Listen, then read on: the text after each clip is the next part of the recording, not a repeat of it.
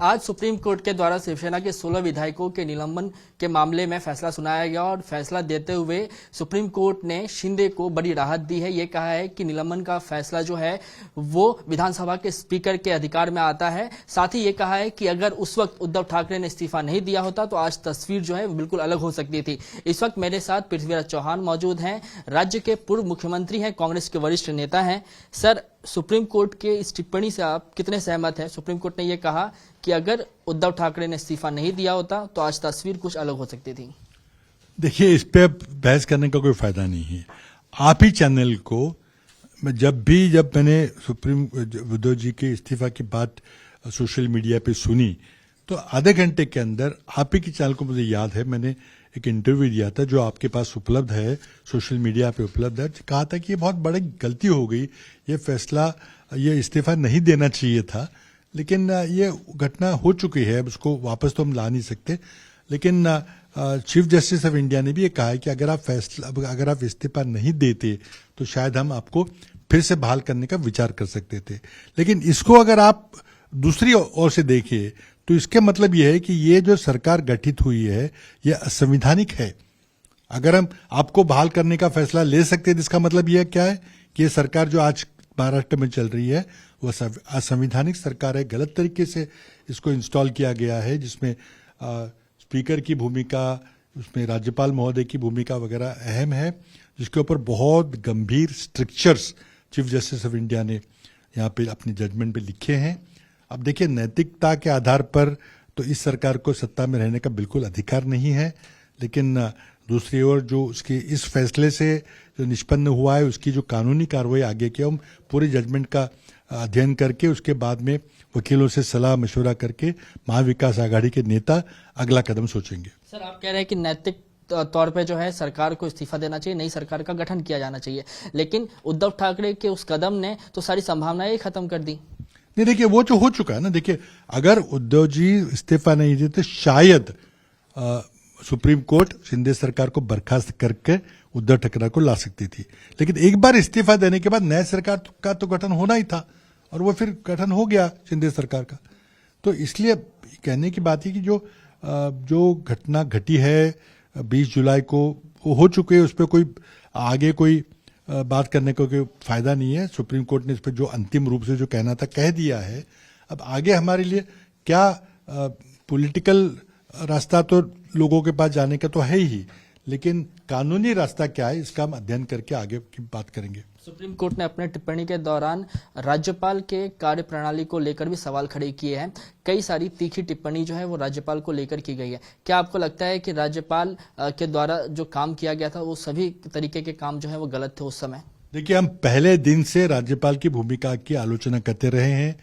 हम उन पे गुजारिश, चाहे वो हमारे महापुरुषों का अपमान की बात हो, चाहे 12 विधायकों को नामित करने की बात हो, हर जगह उनका फैसला, उनका निर्णय ये पार्शल था, पक्षपाती था।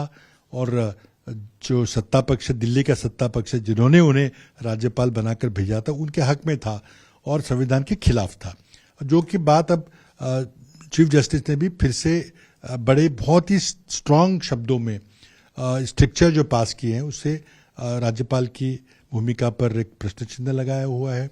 इससे अगर सरकार, केंद्र सरकार कोई सबक लेना चाहती है तो राज्यपालों के लिए कोई कोड ऑफ कॉन्डक्ट, कोई आचार संहिता का गठन करें। नहीं तो इस तरह से बहुत ही पक्षपाती रूप से अगर राज्यपाल, हर एक राज्य के राज्यपाल काम करेंगे, एक पॉलिटिकल पार्टी का नुमाइंदा होने के तरह से राज्य करेंगे, तो ये बहुत जनतंत्र के लिए बहुत खराब बात है। लेकिन बहुत सारे मुद्दे हैं कि राज्यपाल का निर्णय फ्लोर टेस्ट लेने का गलत था। साथ ही में उन्होंने ये भी कहा कि चुनाव आयोग ने जो फैसला दिया है शिवसेना के सिंबल ऑर्डर में वो भी गलत था। उन्होंने ऑर्गेनाइजेशन विंग का विचार ही नहीं किया, सिर्फ लेजिस्लेटिव विंग और पार्लियामेंट्री विंग में जिसका बहुमत था उसी पे उसका विचार करके फैसला दिया, जो भी गलत था।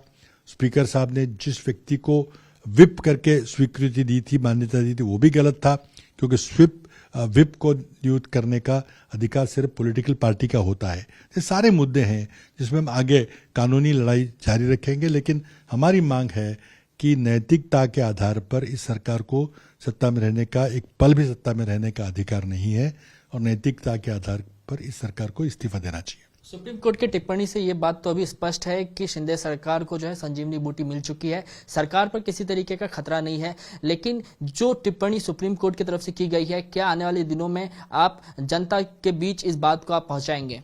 देखिए, पहली बात तो ये कि ये उम्मीद करना कि सुप्रीम कोर्ट शिंदे सरकार को बर्खास्त करे, गलत था। मैं कल भी कहा था मैंने कि ये अधिकार निलंबन का सिर्फ लोकसभा के अध्यक्ष के पास है।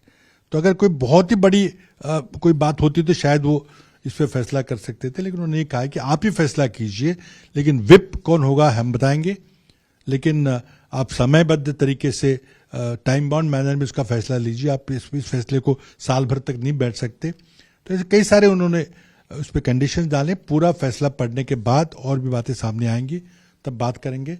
लेकिन जिस तरह से संवैधानिक पदों पर बैठे व्यक्तियों का और संवैधानिक संस्थाओं का जो काम है, ये बहुत ही असमाधानकारक है। वो पार्शल है, सत्ता पक्ष के मदद करने की बात है। इसमें संवैधानिक जो प्रक्रिया है उसको तोड़ मरोड़ दिया गया है। तो ये जनतंत्र के लिए बहुत ही गंभीर बात आज सुप्रीम कोर्ट ने सामने लाई है। धन्यवाद हमसे बात करने के लिए। तो ये राज्य के पूर्व मुख्यमंत्री पृथ्वीराज चौहान थे। इन्हें आपने साफ तौर पे सुना। इनका कहना है कि जिस तरीके से टिप्पणी जो है वो सुप्रीम कोर्ट ने की है, उसके बाद नैतिक आधार पर शिंदे सरकार को जो है वो इस्तीफा दे देना चाहिए। कैमरामैन अनिल संगरे के साथ कृष्णा ठाकुर, एबीपी न्यूज, मुंबई।